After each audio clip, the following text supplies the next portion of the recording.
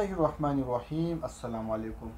जो लोग उम्र के लिए आते हैं और वापस फिर नहीं जाते तो उनकी कंपनी पे कितना जुर्माना किया जाता है, तो इस हवाले से सऊदी अरब में महकमा पासपोर्ट और मक्का मुकर्रमा के तर्जुमान अब्दुर्रहमान अल क़सामी ने कहा है कि उम्र और हज ज़ायरीन के मुकर्रर वक़्त पर वापस हज कंपनियों की ज़िम्मेदारी है। ये ज़िम्मेदारी उन लोगों के लिए है जो कि कंपनी हज उम्रे के लिए लोग भेजते हैं। इस ज़ायरीन को क़वानीन की पाबंदी करने का भी पाबंद रहेंगे। तो एक प्रोग्राम में उसने ये बात किया गया है कि 208 कंपनियां क़वानीन के खिलाफ वर्जी के मुर्तकिब हुए हैं। इनके अहदेदारान को तलब करके पूछताछ की गई है और कंपनियों पर जुर्माना की गई है।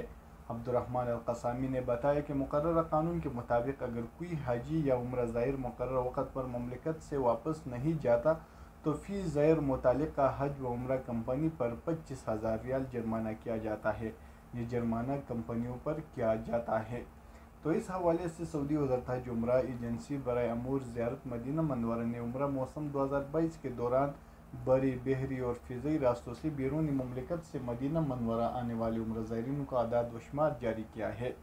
और इस रिपोर्ट में वो बताया गया है कि फ़िज़ाई रास्ते से 5,31,544 उम्रा ज़ायरीन, जबकि वापसी जाने वालों की तादाद कम थी, वो है 4,26,547 रही। इसके दरमियान में जो लोग थे वो यहाँ पे चुप हो के वो गैर कानूनी तरीके से काम करेगा।